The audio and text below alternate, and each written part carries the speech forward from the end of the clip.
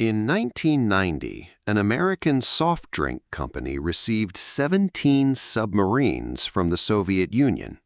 Not blueprints, not scrap metal on paper, actual diesel submarines moored at naval bases in northern Soviet territory. The deal also included a cruiser, a frigate, and a destroyer. The Soviet Union had no hard currency to pay for shipments of Pepsi syrup. The ruble was virtually worthless outside the country, and instead of money, the Soviet side offered what it had in abundance: warships. The company's chairman called the White House and told the National Security Advisor, "We're disarming the Soviets faster than you are." That phone call gave rise to the enduring legend that for a few weeks, a soft drink company possessed the sixth largest navy in the world. Historians have been quick to dismiss that claim, and rightly so. The submarines were old, decommissioned vessels that were almost immediately sold to a Swedish company for scrap. But the ships were real. The transaction was real. The documents still exist in the archives. The company was Pepsi. And what makes that scene truly remarkable is this. 70 years earlier, the very same company had gone bankrupt. Then it went bankrupt a second time. Its founder died as a pharmacist in a small southern town after losing virtually everything he owned. The man who later bought what remained of the business approached Coca-Cola and offered to sell them the entire formula. Coca-Cola refused, not once, but 3 separate times. By the end of the 20th century, that rejected formula employed more than 200,000 people, negotiated with Soviet general secretaries, set Michael Jackson's hair on fire during a live commercial shoot, and became the catalyst for street riots that claimed lives. This is the story of 1990. But it begins in 1893 in the pharmacy of a town with barely 7,000 residents, where a young pharmacist was mixing a remedy for indigestion with no idea what he was about to set in motion. New Bern, North Carolina, a small port town on the swampy Atlantic coast, hot, humid, and thick with mosquitoes. Caleb Bradham studied medicine at the University of Maryland, but his family ran out of money before he could finish. He returned home and opened a pharmacy on the corner of Middle Street and Pollock Street. Like most pharmacies of the time, his store featured a soda fountain. It was not simply a place to sell soft drinks, it was part of the medical practice of the era. Carbonated water was widely believed to aid digestion, and pharmacists mixed it with their own proprietary syrups. Every druggist had a formula of his own. Bradham combined sugar, vanilla, flavoring oils, and cola night. The result was a drink that, according to his own calculations, was supposed to help relieve dyspepsia, indigestion. Local customers simply called it Brad's drink. It became so popular that in 1898, Bradham gave it a proper name, Pepsi Cola. The name came from dyspepsia and the cola nut. It is worth pausing here for a moment. Coca-Cola had been created in Atlanta in 1886, 7 years earlier, in almost exactly the same way: a pharmacist, a soda fountain, and a homemade syrup. America in the 1990s was filled with hundreds of drinks just like these. Almost all of them disappeared. The difference between the brands that survived and those that vanished was rarely the recipe itself. By 1903, Bradham had registered the trademark and left the pharmacy business behind. By 1910, Pepsi had more than 250 bottling franchises across 24 states. The company advertised in newspapers, hired race car driver Barney Oldfield to promote the drink, and sold its syrup by the barrel. By 1915, Bradham had built a 3-story factory, purchased a house overlooking the Neuse River, and become one of the most prominent men in the county. He served as president of the local bank, commanded a company in the National Guard, and was seriously considering a run for the state Senate. The man who 20 years earlier could not afford to complete medical school had become one of the wealthiest citizens of North Carolina. For 2 decades, everything moved in only one direction, upward. Then, Bradham made a single mistake, and it cost him everything. The First World War reshaped the global sugar market. Europe's sugar beet fields had been devastated, supply chains had collapsed, and the U.S. government imposed sugar rationing. For a business built on little more than sugar and water, that was an existential threat. When those restrictions were lifted in 1919, sugar prices began to soar. 12 cents a pound, 18. By the summer of 1920, sugar was selling for more than 20 cents per pound, and almost everyone in the industry believed the price would keep climbing. Caleb Bradham believed it too. He borrowed heavily and bought enormous quantities of sugar in advance, determined to secure his supply before prices rose even higher. The logic was perfectly reasonable. Many manufacturers were doing exactly the same thing. Then, within months, the market collapsed. By December 1920, sugar had fallen below 4 cents per pound, and by 1921, it had dropped even further. Bradham found himself sitting on warehouses full of sugar that he had purchased for 5, 6, even 7 times the current market price. He tried to wait for a recovery. It never came. In 1923, Pepsi-Cola declared bankruptcy. Its assets were auctioned off. Bradham returned to the counter of his pharmacy in New Bern, where he worked until his death in 1934. The man who had invented one of the world's most recognizable beverages died with no connection to the company he had created. The trademark was purchased by New York stockbroker Roy Megargel. He invested his own money, attempted to relaunch the business, and struggled for 8 years to keep it alive. In 1931, Pepsi went bankrupt for the second time. 38 years of existence, 2 bankruptcies, not a single sign of the global company it would one day become. And this is the moment the people in Atlanta would probably rather forget. At different points in its history, Pepsi's owners approached Coca-Cola with essentially the same offer: take the brand, take the formula, name your price. According to various historical accounts, this happened 3 times, first in the early 20s and then again in the early 30s.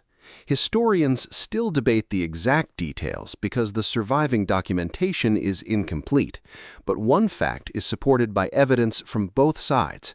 Coca-Cola said no, every single time. To be fair, I don't think that decision was foolish. In 1931, Coca-Cola dominated the soft drink market almost completely, while Pepsi was a brand that had gone bankrupt twice, with no meaningful manufacturing network, no distribution system, and very few customers. Buying it would have been like purchasing the sign from a burned-down store. Coca-Cola's mistake was not how it evaluated Pepsi. Its mistake was assuming the market would always remain the way it was. Within 3 years, it no longer did. The brand was eventually picked up by Charles Guth, a hard-nosed businessman who owned the Loft chain of candy stores. Each of his stores had a soda fountain, and for years he had purchased Coca-Cola syrup. Guth asked the company in Atlanta for a wholesale discount that matched the size of his business. They refused. He took it personally. Instead of accepting the decision, Guth did something no one expected. He bought the bankrupt Pepsi brand and removed Coca-Cola from every Loft store, replacing it with his own drink. The first year was a disaster. Customers ordered Coca-Cola, received Pepsi instead, and complained. Then, in the middle of the Great Depression, Guth came up with an idea that changed everything. Coca-Cola was sold in a 6.5-ounce bottle for 5 cents. Guth discovered a plentiful supply of inexpensive 12-ounce beer bottles left over after Prohibition ended, and began bottling Pepsi in them. The price stayed exactly the same, 5 cents, twice as much drink for the same money. In 1934, Roughly 15 million Americans were unemployed. Every penny mattered. The promise of the same price, twice the amount, spoke directly to the economic reality of the era. Sales began to climb, and they never stopped. In 1939, Pepsi launched the radio jingle, "Nickel, Nickel." 12 full ounces, that's a lot, twice as much for a nickel, too. Set to the melody of an old English hunting song, it was broadcast nationwide, translated into dozens of languages, and sung by ordinary Americans in the streets.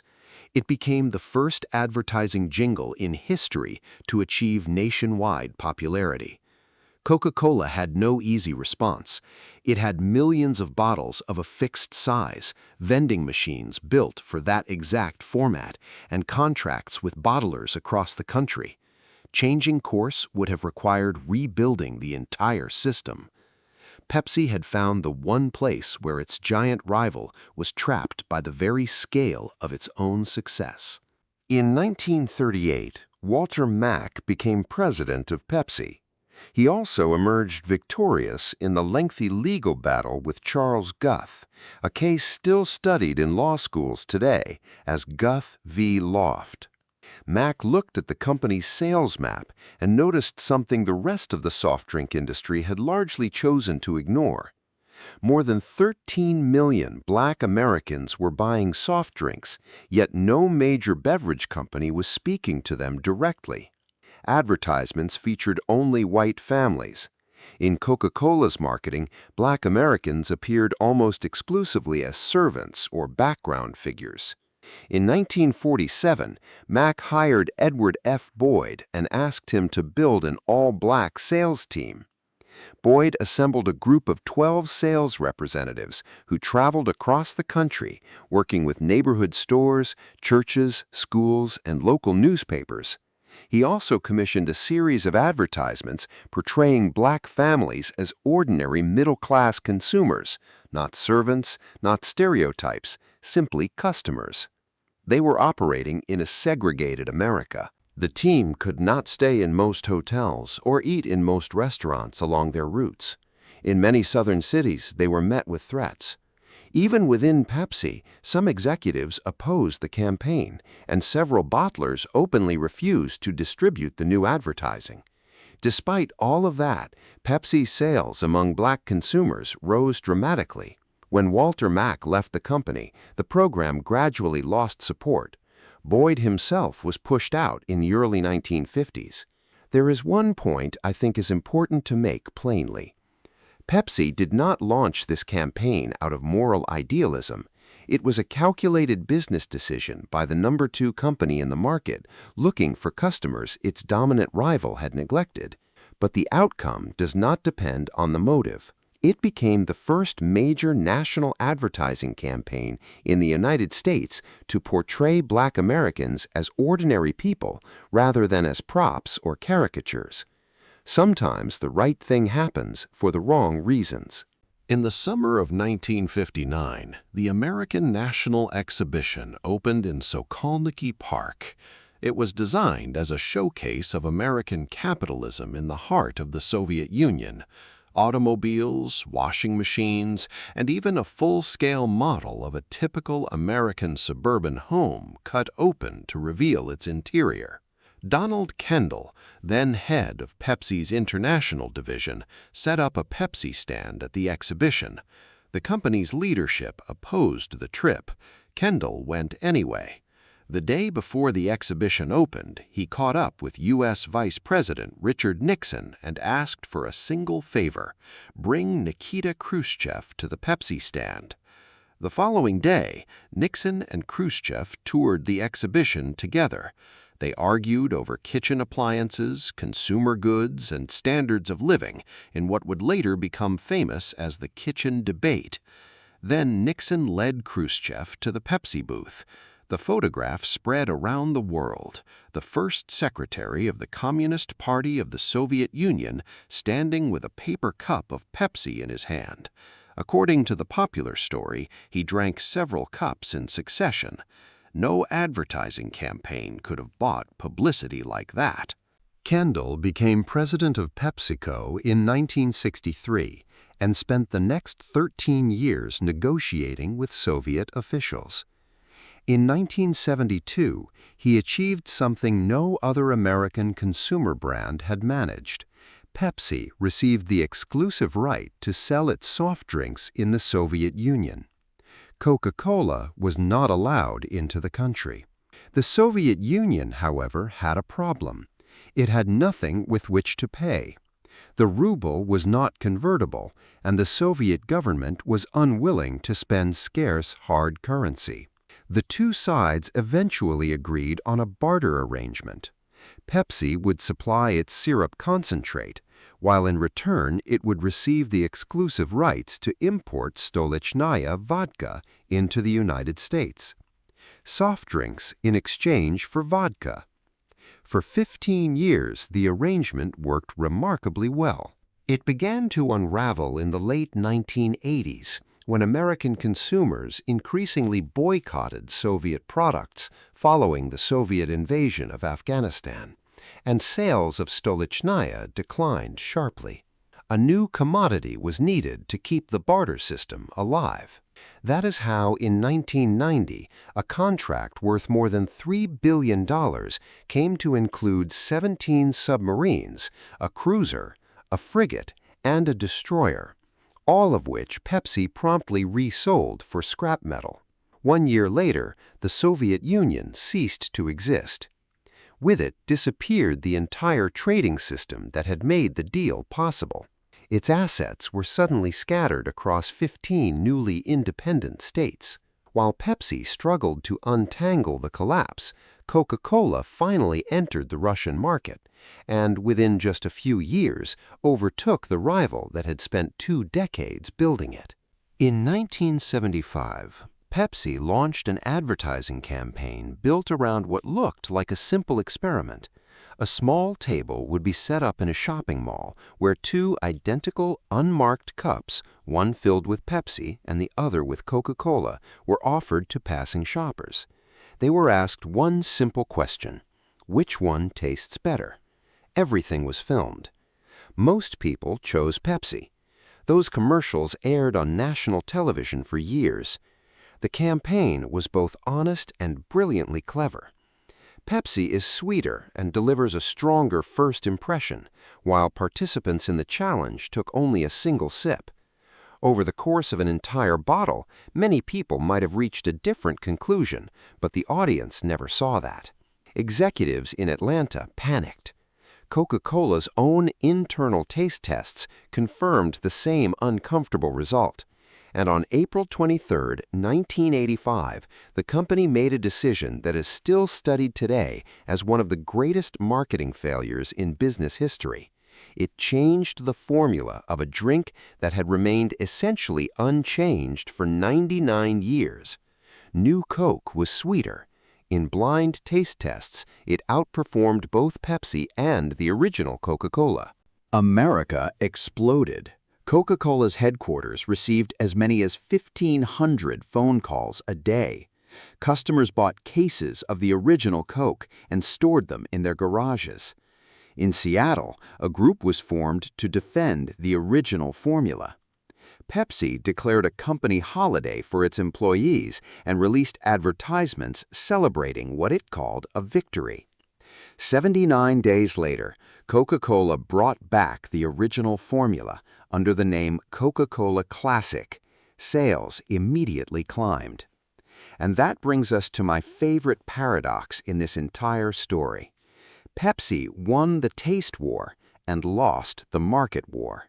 By forcing its rival into one of the biggest mistakes in corporate history, it reminded millions of Americans just how much they loved Coca-Cola.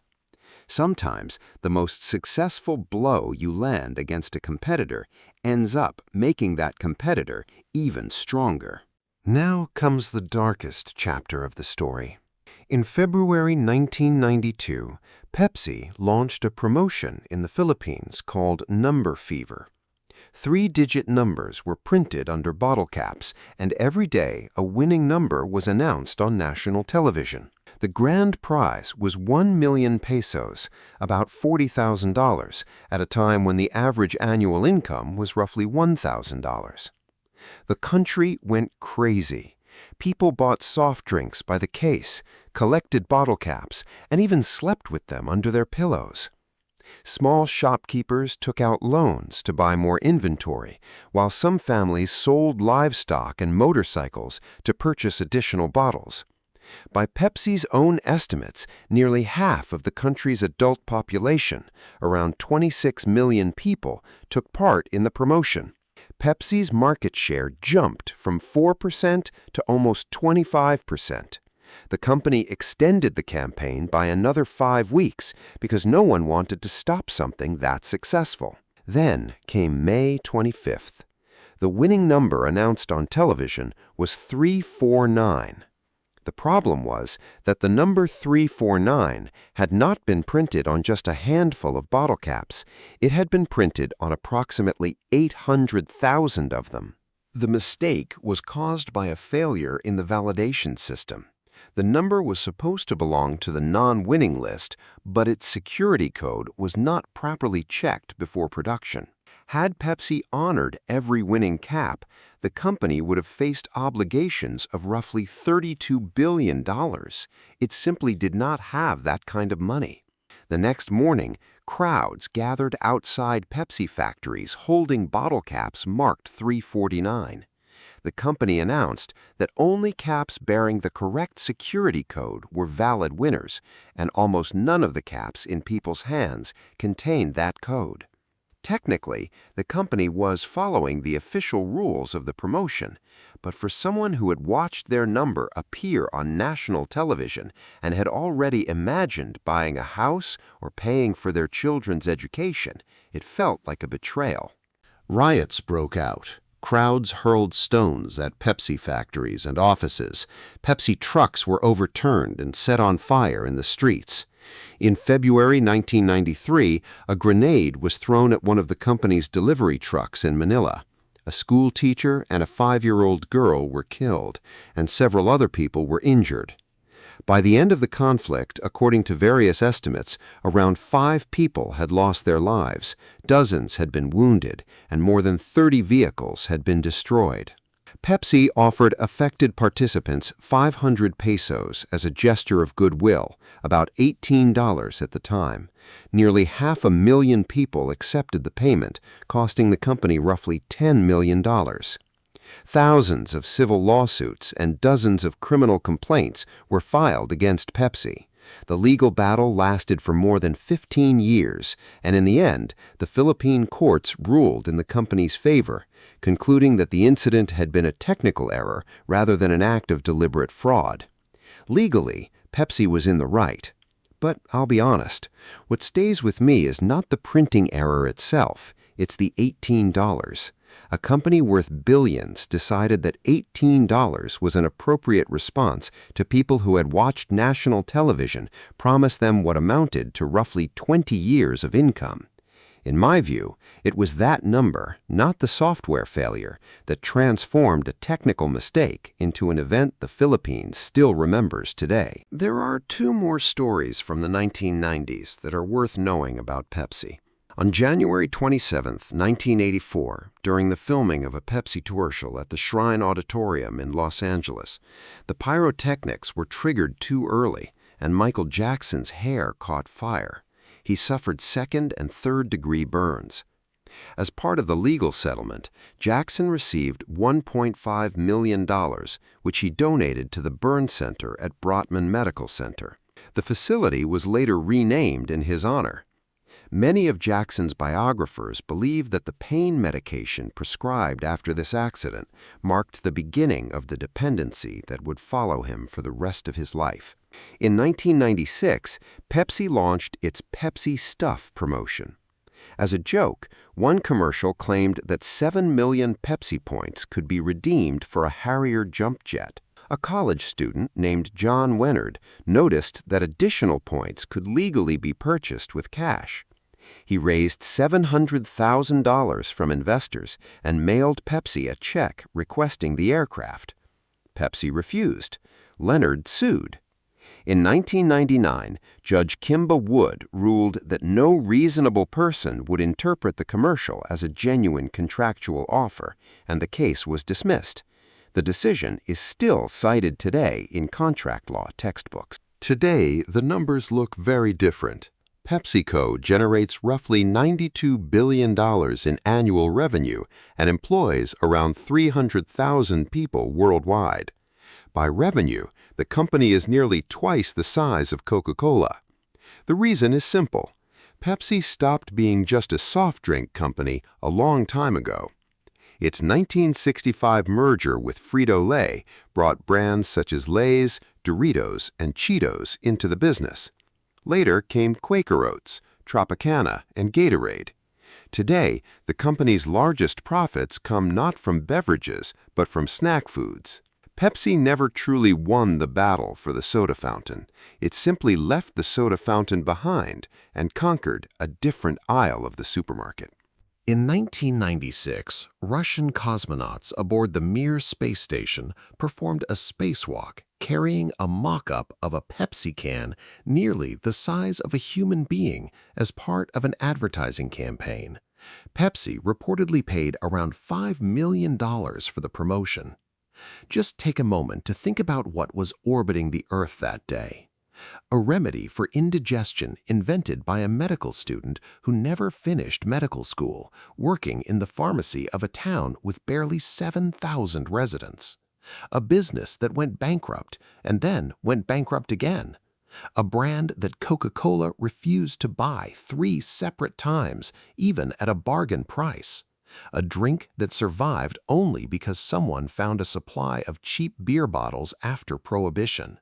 That little syrup outlived the Great Depression, built its business in segregated America, persuaded Nikita Khrushchev to stand in front of the cameras with a paper cup in his hand, accepted military submarines as payment, pushed its biggest rival into one of the most expensive marketing mistakes in history, accidentally set Michael Jackson's hair on fire, sparked riots on the other side of the world, and ultimately made its way into orbit. Not bad for a syrup that was originally meant to soothe an upset stomach.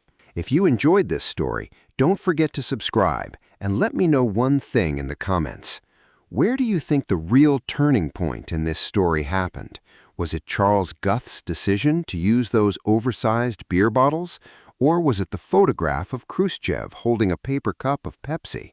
I'm genuinely curious which one you'll choose, because my own answer changed while I was researching this video.